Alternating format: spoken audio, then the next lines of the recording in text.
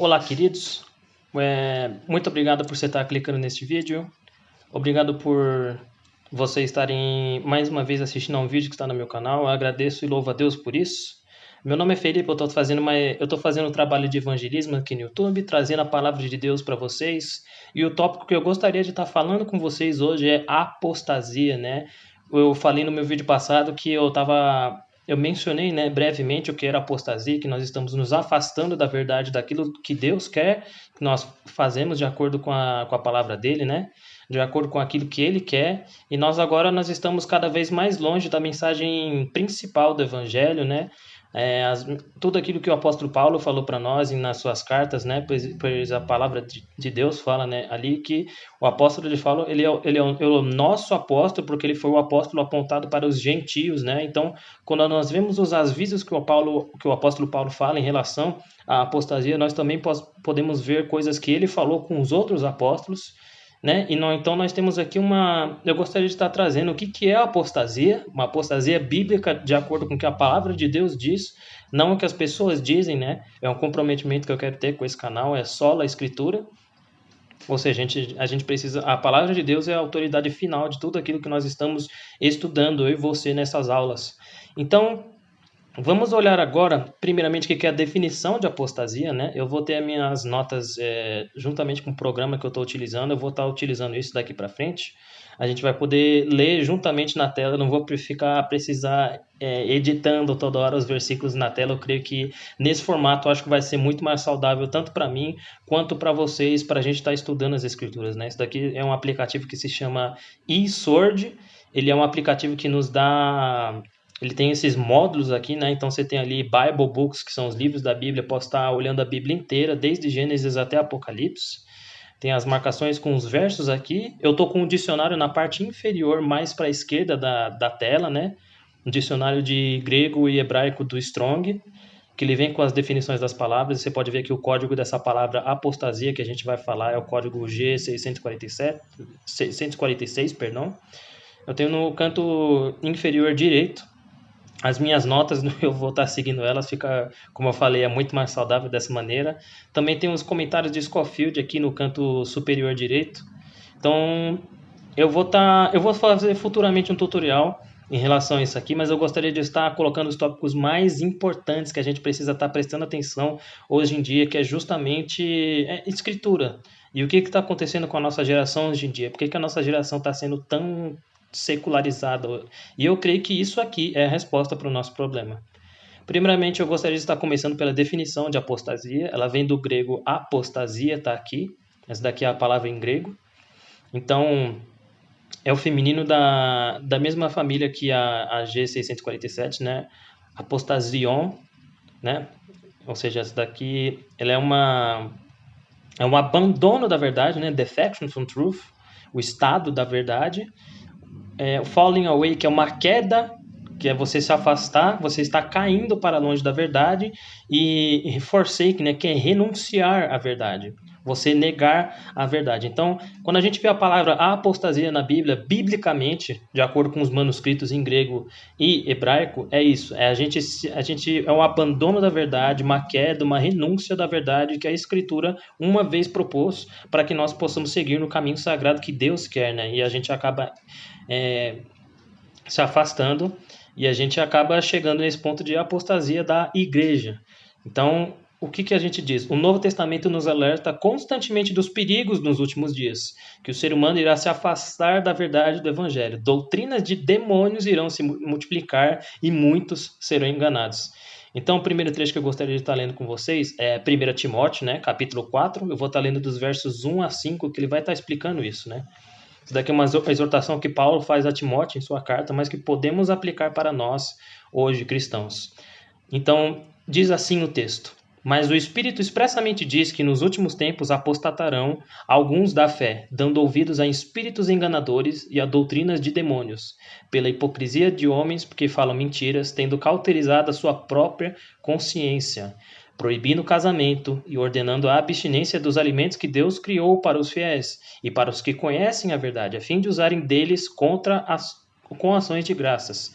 Porque toda criatura de Deus é boa e não há nada que rejeitar, sendo recebido com ações de graças, porque pela palavra de Deus e pela oração é santificada, né? Então, quando ele fala aqui no nos versos 1 e 2, né, últimos tempos relacionado aos dias de hoje, é o final da dispensação da graça, né, o final do período da graça, do período da igreja, em que a gente está vivendo as pessoas estão se apostatando da fé, ou seja, elas estão se afastando da fé verdadeira, dando ouvido a espíritos enganadores. Ou seja, a palavra de Deus, quando ela fala que o Satanás pode imitar um anjo de luz e dar revelações impróprias e incorretas em relação à palavra de Deus, é isso que está falando, né? As pessoas constantemente falam, eu tive visões, eu tive isso, eu tive aquilo. A gente vê no livro dos Mormons, né, no mormonismo, foi justamente isso, que o cara que foi autor desse livro, ele disse que teve uma visão e teve inspirações exclusivas e únicas que Deus entregaria, né, para a humanidade no final, e que ele teria tudo aquilo de informação necessária para que possamos ser verdadeiramente salvos, como ele estava pregando, né? Então, pela hipocrisia dos homens que falam mentiras, tendo cauterizado a sua própria consciência. O que quer dizer isso? A pessoa ela está tão acostumada com aquela mentira, com aquela falsa doutrina, por causa das experiências, né? Por causa dos espíritos enganadores, a doutrina de demônio, porque ela é aquela doutrina que parece ser uma coisa maravilhosa, gostosa, linda. A pessoa ela vai se aproximando dessas coisas e ela fica tanto tempo na mentira que ela acaba achando isso como verdade e a verdade vira uma mentira, né? Então, se você vai na igreja que você tem que ser 100% de certeza que é uma seita, que tem heresias sendo pregadas lá, as pessoas vão achar que você é a pessoa que está querendo causar divisão naquela igreja, você que é o espírito maligno, mas na verdade é justamente o contrário daquilo que, né? Você está pregando a verdade, a pessoa está tão acostumada com a mentira que foi cauterizada na consciência dela, né? Proibindo o casamento, ordenando a abstinência dos alimentos que Deus criou para os fiéis, né? Então, alimentos que Deus criou para os fiéis, o que é isso? A exortação, a edificação, as doutrinas verdadeiras, né? Doutrinas, no caso aqui, acho que o contrário seria doutrinas angélicas, né? Doutrinas divinas, né? São doutrinas que alimentam a nós espiritualmente, né? Para os que conhecem a verdade, a fim de serem usados deles com ações de graças, né? De você agradecer por todas essas coisas, né? Toda criatura de Deus é boa e não há nada que rejeitar, sendo recebido com ações de graças. Então você vê, né, as orações, o jejum, a leitura da palavra de Deus, você está comprometido com a verdade. Conforme você vai praticando essas coisas, você vai sendo alimentado, você vai sendo transformado pela leitura ali, você vai crescendo espiritualmente, você vai ficando mais resistente contra os ataques de Satanás. Quanto mais você tem esse comprometimento com a verdade, mais longe você fica da mentira, né? Então mais santo você vai ficando. Outro trecho que eu gostaria de estar lendo também é 2 Timóteo, capítulo 3, eu vou estar lendo dos versos 1 ao verso 9, você vai poder acompanhar comigo aqui na tela. Sabe, porém, isto, que nos últimos dias sobrevirão tempos trabalhosos, porque haverá homens amantes de si mesmos, avarentos, presunçosos, soberbos, blasfemos, desobedientes a pai e mães, ingratos, profanos, sem afeto natural, irreconciliáveis, caluniadores, incontinentes, cruéis, sem amor para com os bons, traidores, obstinados, orgulhosos, mais amigos dos deleites do que amigos de Deus, tendo aparência de piedade, mas negando a eficácia dela. Destes, afasta-te, porque deste número são os que se introduzem pelas casas e levam cativas mulheres nécias carregadas de pecados, levadas de várias concupiscências, que aprendem sempre e nunca podem chegar ao conhecimento da verdade. E como Janes e Jambres resistiram a Moisés, assim também estes resistem à verdade, sendo homens corruptos de entendimento e réprobos quanto à fé. Não irão, porém, avante, porque a todos será manifestado o seu desvario, como também foi o daqueles. Então, o que o apóstolo Paulo está falando nesse trecho na segunda carta ao Timóteo, né? Então, ele está dando uma descrição das qualidades, né? Ou nesse caso aqui seria melhor falar os defeitos dessas pessoas que carregam mentira em seus corações, né? Então, ele fala presunçosos, soberbos, blasfemos. Eles também vão procurar atrair pessoas, nesse caso aqui, levam mulheres cativas, né? nessas carregadas de pecados, levadas de várias concupiscências, ou seja, elas são levadas de vários desejos, e nesse caso aqui são desejos que sempre vão contra a palavra de Deus, né? Porque a concupiscência ela sempre vai estar relacionada ao desejo da carne, né? Porque aqueles que cogitam para a carne sempre vão querer as coisas da carne, mas aqueles que cogitam para o espírito sempre vão querer as coisas espirituais, né? Então você tem essa guerra entre a sua natureza espiritual e a sua natureza carnal, né? Então cabe a você escolher qual natureza você quer que cresça na sua vida. Você pode escolher a natureza espiritual, né? Que você serve a Deus, que você vai procurar a Deus, procurar a verdade que não está neste mundo, ou você pode viver como o mundo, né? Inimigo de Deus, é, pessoas que querem sempre dinheiro, drogas, todo esse tipo de coisa, que se entregam a esses vícios e que se dizem livres, né? Mas justamente é o contrário, né? Você só é livre quando você faz as coisas que você não quer. Por exemplo, você quer orar? Não, porque a sua carne não quer fazer isso. Porém, você ora e você cresce espiritualmente. Você quer ler a Bíblia? Não, mas você vai lá e lê a Bíblia, mesmo que seja contra a sua vontade, mesmo que você esteja cansado, e você cresce. Mas conforme você vai fazendo com que essa natureza espiritual cresça, né?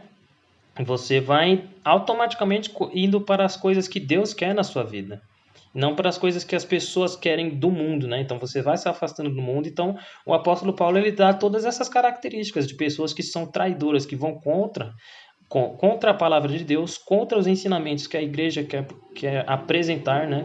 Igreja essa que nesse contexto aqui que a gente está discutindo, uma igreja verdadeira, uma igreja que cogita para a palavra de Deus. E o que isso leva a tudo, né? Eu gostaria de também estar apresentando Mateus 24, né? Esse capítulo inteiro é muito famoso. Eu vou estar lendo dos versos 3 ao verso 8. E estando assentado no Monte das Oliveiras, chegaram-se a ele os de seus discípulos em particular, dizendo: Dize-nos, quando serão essas coisas? E que sinal haverá da tua vinda e do fim do mundo? E Jesus respondendo disse-lhes: Acautelai-vos, que ninguém vos engane, porque muitos virão em meu nome, dizendo: Eu sou Cristo, e enganarão a muitos. E ouvireis de guerras e rumores de guerras. Olhai, não vos assusteis, porque é mister que tudo isso aconteça, mas ainda não é o fim. Porquanto se levantará nação contra nação, e reino contra reino, e haverá fomes e pestes e terremotos em vários lugares. Mas todas essas coisas são o princípio das dores. Então, perdão, eu disse que eu ia ler até o verso 9, né? Eu acabei olhando errado. Mas o que esse trecho quer dizer para nós, né? Se a gente está no essas coisas são o princípio das dores, esses sinais que as pessoas tanto apontam, que a gente tanto discute que Jesus está chegando, que Jesus está às portas, eu poderia dizer que 2023 para frente, Jesus está muito próximo de voltar, porque esses sinais que Jesus está citando aqui no começo de Mateus 24, eles são sinais que estão acontecendo constantemente, né? Nação contra nação, reino contra reino, fomes, pestes, terremotos.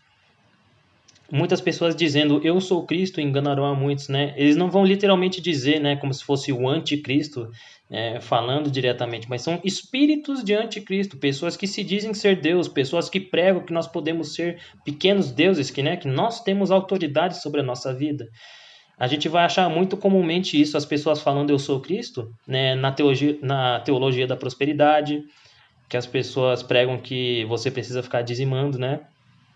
Você também tem os pastores coaches, né? Que sempre depende de você para realizar essas coisas, tudo depende de você. Você é o dono da sua vida, você é o dono do seu destino, você forja o seu caminho, você é o Deus, você é o protagonista da sua vida. Então, quando ele fala eu sou Cristo aqui, é um pouco mais abrangente, pelo menos no princípio das dores, que as pessoas estão dizendo que eu sou Cristo, eu sou Deus, eu sou quem manda na minha vida, né? Eu preciso ser a pessoa no centro de tudo, tudo gira em volta de mim. Então, na teologia da prosperidade, esses coaches que a gente está vendo hoje em dia, eles pregam justamente isso, que tudo depende de nós seres humanos, nós definimos tudo em nossa volta. E a gente sabe que, de acordo com a palavra de Deus, a gente está muito longe disso. A gente é escravo de tudo em nossa volta. A gente é escravo da mídia, a gente é escravo da sociedade, a gente é escravo do que o homem diz, né? O que o coletivo diz como verdade, né? Porque a palavra do homem sempre muda. Hoje, se você ofender uma pessoa que pratica a homossexualidade, né, você é automaticamente dado como homofóbico, independentemente de quão passivo você seja, né, independentemente se você está tratando deste assunto com respeito ou não. Né? Então, as pessoas hoje em dia, qualquer coisa, qualquer palavra que acabe afetando a gente, as pessoas vão instantaneamente pular para cima de você e atacar a sua fé, tentando tipo, te ameaçar de te prender por simplesmente algo que você professou de acordo com a sua fé. Né? E a gente sabe que o Brasil é um país laico, né? Ou pelo menos no fim de todas as coisas, né, de acordo com a lei mas de acordo com as pessoas não é. Porque a gente está vendo uma secularização tão grande no Brasil e no mundo que é uma coisa que me deixa preocupado qual que vai ser o rumo da nossa sociedade daqui para frente, né? Então gostaria também de estar lendo 2 Pedro, segunda carta de Pedro, capítulo 3, eu vou estar lendo dos versos 3 ao 4. Sabendo primeiro isto, que nos últimos dias virão escarnecedores, andando segundo as suas próprias concupiscências, novamente as cobiças do homem de novo, e dizendo, onde está a promessa da sua vinda? Porque desde que os pais dormiram, todas as coisas permanecem como desde o princípio da criação. Então, o que a palavra de Deus está falando aqui? Quando as pessoas falam, vocês toda hora falam de Jesus, que toda hora Jesus vai voltar, que Jesus está fazendo isso, Jesus está fazendo aquilo, o fato das pessoas elas querem ver um milagre na frente delas, né? Pessoas que elas não conhecem a verdade, elas não têm fé, e é justamente por fé que a gente tem essa esperança em nossos corações. Essas pessoas que são denominadas escarnecedores, que têm esse título, elas seguem a carne e não o espírito. Então elas querem agir da mesma maneira que o pessoal no Velho Testamento estava querendo ver, né? Constantemente pedindo sinais, constantemente pedindo isso. A gente vê esse comportamento até nos fariseus, né? Os como chamados doutores da lei, né? Só que no caso eles só tinham uma racionalidade daquilo do que a lei era, e eles não tinham a espiritualidade envolvida por trás da lei, né? Israel naquele ponto já tinha se afastado muito da verdade, até por Cristo acaba criticando eles, chamando eles de raça de víboras, né? Escarnecedores. Vocês estão tão afastados da verdade, vocês não conhecem a verdade, vocês estão ameaçando e destruindo a vida de muitos por causa das suas pregações falsas. Então, a gente vê constantemente na Bíblia, desde o começo, desde Gênesis, você vê o homem começa bem em uma certa dispensação, mas conforme a dispensação vai progredindo e você chega no desfecho de cada dispensação, você chega num ponto que a humanidade está afastada da palavra de Deus. Então, você vê isso com Adão e Eva, você vê isso com o tempo de Noé, tudo começa bem e depois fica horroroso. Você vê isso com Abraão, de Abraão para frente, chega no final, né, da lei, você vê que Israel está completamente fora de si, Israel está completamente longe daquilo que era para ser, né, quando chega nos tempos de Salomão. Ou seja, a idolatria entrou na nação, a nação não estava mais seguindo o que a lei estava dizendo, e por causa disso Deus castiga a nação de Israel, dispersando todo mundo e destruindo o que era uma nação extremamente próspera, que ganhava todos os combates. Então, esses sinais, tudo isso que nos indica o quê? Há uma esperança, né? Eu vou estar lendo 2 Tessalonicenses, capítulo 2, de versos 1 a 4, para você entender o que é essa esperança. Ora, irmãos, rogamo-vos pela vinda do nosso Senhor Jesus Cristo e pela nossa reunião com Ele, que não vos movais facilmente do vosso entendimento, nem vos perturbeis, quer por espírito, quer por palavra, quer por epístola, como se o dia de Cristo estivesse já perto. Ninguém de maneira alguma vos engane, porque não será assim, sem que antes venha a apostasia e se manifeste o homem do pecado, o filho da perdição, o qual se opõe e se levanta contra tudo que se chama Deus ou se adora, de sorte que se assentará como Deus no templo de Deus, querendo parecer Deus. Então, o que o apóstolo Paulo está falando aqui? Que não é para um motivo de tristeza, nem para ficarmos alarmados com as pessoas dizendo que Jesus Cristo já chegou e que de fato ainda não chegou. Mas antes que Jesus Cristo venha, é preciso que venha primeiro a apostasia e a revelação, né? Ser mostrado para nós quem é o anticristo. Ou seja, a gente está num estado que Jesus Cristo está extremamente perto e que a qualquer momento pode voltar, porque se já está tendo a apostasia e os sinais do princípio das dores estão dessa maneira, né? Você tem o clima, você tem essas guerras, rumores de guerras, fomes, pestes, morte, e já tem a apostasia do jeito que a gente está vendo hoje. Então, a partir do momento que a gente vê o anticristo sendo manifestado, a gente conseguir identificar, ó, esse cara de fato é o anticristo. Ou seja, o cara que a primeira pessoa que a gente vê na TV, nas notícias, que estabeleceu o governo mundial e que falou, eu sou o cara responsável por estabelecer essa ordem, e a gente vai implementar um novo governo assim, assim, assim, aí Jesus Cristo de fato vai voltar. A igreja vai ser arrebatada e vai começar o período de tribulação na face da terra, né? Aqueles 7 anos que a gente constantemente fala e vê em Mateus capítulo 24. Então, ao mesmo tempo que é uma coisa que nos deixa triste, a população está se afastando da palavra de Deus, é um motivo de vitória também para nós, que nós estamos aqui no caminho, estamos seguindo a Deus, de queremos...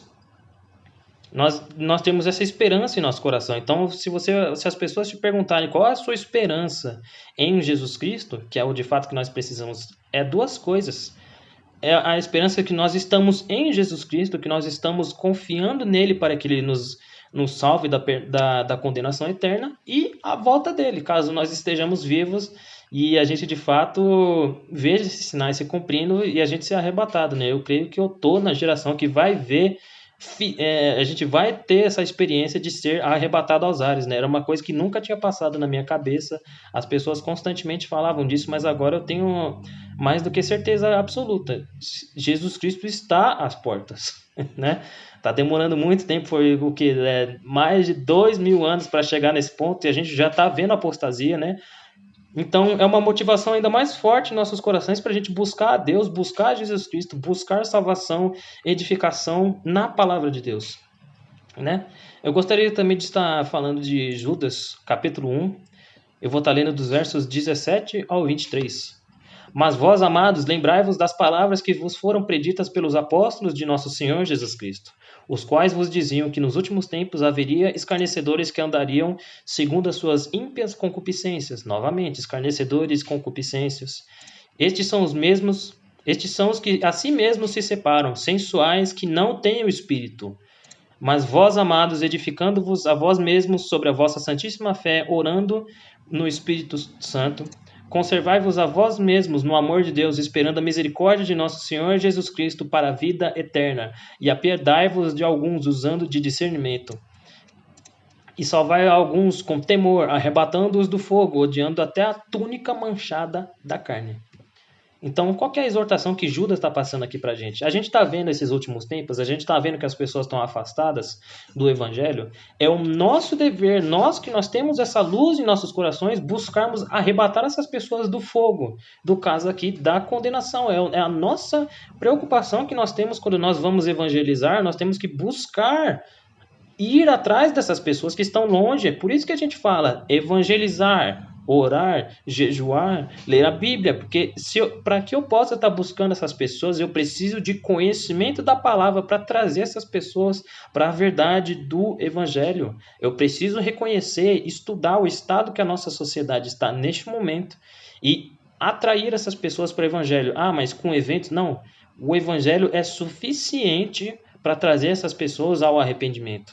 A gente precisa pregar para as pessoas que a gente precisa primeiro mostrar a culpa do pecado, a solução para esse pecado, que é Jesus Cristo e seu sacrifício na cruz do Calvário, e depois que a pessoa se afaste dos pecados, né, esse arrependimento, a gente primeiro precisa ensinar para ela o peso do pecado, a solução para o pecado e o que ela precisa fazer depois disso. Né? Porque muitas pessoas falam, arrependam-se dos seus pecados. Essa expressão, arrependam-se dos seus pecados, a gente não encontra nas Escrituras. Eu vou até fazer uma pesquisa aqui. Esse daqui ele busca todo tipo de expressão, né? Arrependam-se de seus pecados. 0 versos encontrados na Escritura. O arrepender dos seus pecados. 0 versos encontrados. Então, essa expressão que a gente vê na nossa população hoje é uma coisa que afasta as pessoas, porque as pessoas acham que a gente precisa parar de pecar primeiro para ser salvo. Mas é justamente o contrário. A gente precisa primeiro entender o que é a culpa do pecado, a solução para o pecado, e depois a gente vai se afastando do pecado, né? Buscando santificação. Porque a santificação ela não começa enquanto a pessoa não recebe o Espírito Santo e ela não é convertida. Né? Aí você está pensando, pô, mas porque a gente está pregando hoje um evangelho, né, de fé mais obras, né? As pessoas falam, a justificação é por fé. Mas depois, se você não fazer alguma coisa, se a sua caminhada cristã não tiver boa, você tem chance de perder a salvação. Isso não é bíblico, isso não é para hoje, esse negócio de perder a salvação. É para o que está por vir, que é a grande tribulação. Então, quando você vê em Mateus 24, aquele que perseverar até o fim será salvo, isso é o quê? A paciência e a fé dos santos na tribulação, na grande tribulação. Não é agora no período da graça, a gente ainda está no período da graça. Isso daqui é o princípio das dores, foi o que eu li no começo. Né? Então, qual que é o nosso dever, né? Também é o dever dos membros comuns da igreja de julgar e ajudar a lutar contra as mentiras espalhadas pelos demônios. É um dever não só daquelas pessoas que estão responsáveis lá na posição de poder da igreja, né? Que tem cargos de ministério, essa coisa, mas também nós, que estamos aqui escutando a palavra de Deus, né? Eu, por exemplo, eu sou um membro comum. Eu falo, né, tipo, de evangelista, mas é no sentido de quê? De eu estar trazendo a palavra de Deus para vocês. Mas olha o que fala 1 Coríntios capítulo 14. Vou estar lendo versos 26 e depois versos 29 a 33.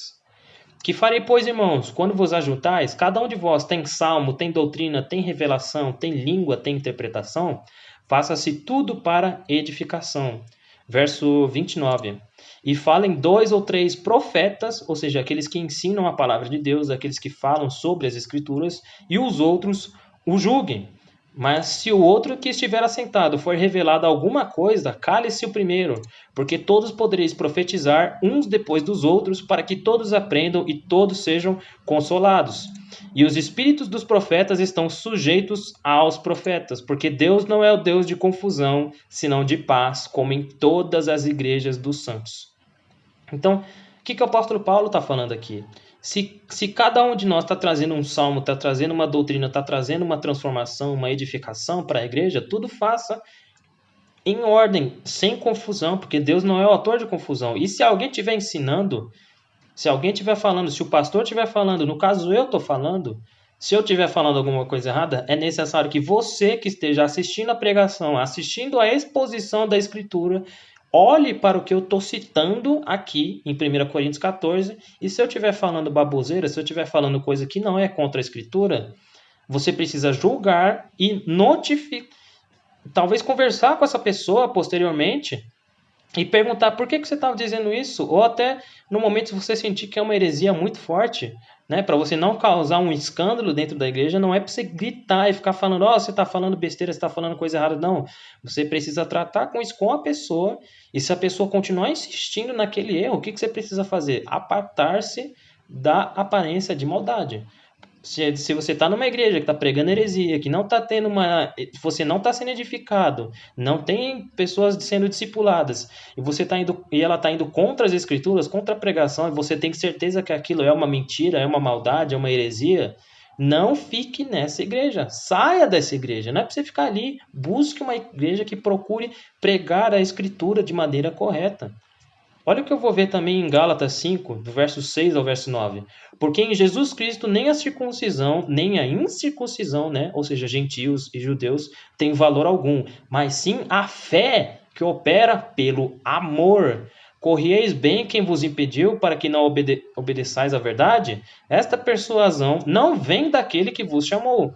Um pouco de fermento leveda toda a massa. Ou seja, basta um pouco de mentira para corromper a todos. Essa persuasão não vem daquele que vos chamou. Se não é Deus que não está te ensinando essas coisas e é uma mentira que está sendo pregada e você aceita aquela mentira, essa mentira não vem de Deus, porque Deus não mente, não é Deus que entrega as falsas doutrinas. A palavra de Deus, ela é correta, ela é transformadora e principalmente uma verdade. Então, um pouco de fermento leveda toda a massa, é isso que a gente precisa ter em mente. Olha o que Jesus diz em Mateus capítulo 5, de versos 13 a 16. Vós sois o sal da terra, e se o sal for insípido, com que se há de salgar? Para nada mais presta senão para se lançar fora e ser pisado pelos homens. Vós sois a luz do mundo. Não se pode esconder uma cidade edificada sobre um monte, nem se acende a candeia e se coloca debaixo do alqueire, mas no velador, e dá luz a todos que estão na casa. Assim resplandeça a vossa luz diante dos homens, para que vejam as vossas boas obras e glorifiquem a vosso Pai que está nos céus. Então, o que Jesus está falando aqui? Se o sal é insípido, com que se há de salgar? Não é o sal que deixa as coisas mais gostosas, que traz mais apetite para a comida? Não é aquela pitada de sal que não realça o sabor das coisas, que deixa as coisas mais vivas? Então, se o sal não presta, eu não posso utilizar aquele sal para salgar as coisas. Eu não vou conseguir trazer um gostinho melhor para minha comida, para aquilo que eu estou sendo alimentado, se aquilo com que eu estou sendo alimentado está sendo salgado com algo ruim, um sal que não presta. E nesse caso aqui ele está falando que nós somos aqueles que transformam essas coisas que não prestam em coisas que prestam, coisas que edificam, que transformam as nossas vidas. Se a nossa luz emana trevas, se a gente prega mentira, somos cegos guiando os cegos. Porque a verdade não está em nós se a gente fica pregando mentira, se a gente prega heresias que vão contra as escrituras. Né? Então, qual que é a maneira mais eficaz de a gente combater todas essas coisas? Vamos para 2 Timóteo, capítulo 2, verso 15. Olha o que essa passagem diz. Procura apresentar-te a Deus aprovado, como obreiro que não tem de que se envergonhar, que maneja bem a palavra da verdade. Esse trecho, manejar bem aqui a palavra da verdade, eu gosto muito da tradução da Bíblia King James, 1611, que ela fala aqui... não é procura apresentar-te a Deus aprovado, né? Estude para apresentar-te a Deus aprovado, que divide corretamente a palavra da verdade. Esse manejar bem aqui, ele no original do grego, ele está dizendo para cortar, dividir, né? Eu preciso ter essas divisões na palavra de Deus. E eu preciso estudar. Então, eu preciso estudar e dividir a palavra de Deus. Eu preciso identificar com quem está sendo falado, para quem está sendo falado e qual é o tempo na linha do tempo da palavra de Deus que está sendo aplicada, né? Por isso que a gente tem tanta heresia, né? Eu concordo com a visão dispensacionalista da interpretação da palavra de Deus, né? Que a gente precisa dividir as coisas para cada grupo de pessoas em um tempo específico e estudar as escrituras. Então, por exemplo, o exemplo de Jesus combatendo a Satanás aqui, quando ele é tentado no deserto, em Mateus capítulo 4, ele sempre fala, e chegando-se a ele o tentador, aí ele diz, se tu és o filho de Deus, manda que estas pedras se tornem em pães. Ele, porém, respondendo, disse, está escrito, nem só de pão viverá o homem, mas de toda a palavra que sai da boca de Deus. Aí Satanás continua tentando ele até o verso 11. E toda vez ele responde, está escrito, está escrito, está escrito. Ou seja, a nossa responsabilidade como filhos de Deus, a gente precisa estudar as escrituras, dividir elas, e a gente precisa combater uma escritura aplicada de uma maneira errada com uma escritura aplicada de maneira correta. Porque eu posso aplicar a escritura e pregar algo errado, mas da mesma maneira eu preciso combater isso como pegar a escritura e aplicá-la de maneira correta. Então, queridos, a mensagem principal desse vídeo que eu gostaria de estar entregando a vocês, a gente precisa estudar, a gente tem que apresentar uma vontade de entender o que a palavra de Deus diz. Nós precisamos buscar as escrituras, nós temos que ir mais longe no nosso estudo bíblico. Conhecereis a verdade e a verdade vos libertará. Então, quando nós vemos todas essas coisas aqui, esse programa que eu estou usando, por exemplo, eu estou procurando o quê? Eu estou olhando comentários, eu estou olhando dicionários que me explicam a definição das palavras, eu estou olhando várias versões diferentes de traduções. O que é isso? Eu, como pessoa, eu entendo uma pessoa transformada que eu preciso ir atrás da verdade, porque se eu não correr atrás da verdade, eu vou ser enganado por tudo em minha volta. Eu vou estar aceitando qualquer tipo de mentira, e eu não quero que isso seja um problema para mim. E da mesma maneira, eu não posso dizer, eu não quero que isso seja um problema para você que está assistindo esse vídeo. Então, queridos, minha exortação neste vídeo é: estude. Estude, estude, estude. Estude as escrituras. Toda vez que você tiver um tempo devocional, estude a palavra de Deus. Busque mais traduções, busque dicionários bíblicos, busque comentários bíblicos. Comece a ligar os pontos nas escrituras. Você tem ali diferentes divisões, mas você precisa ligar essas divisões de uma maneira que não haja interferência, não haja contradições na Bíblia.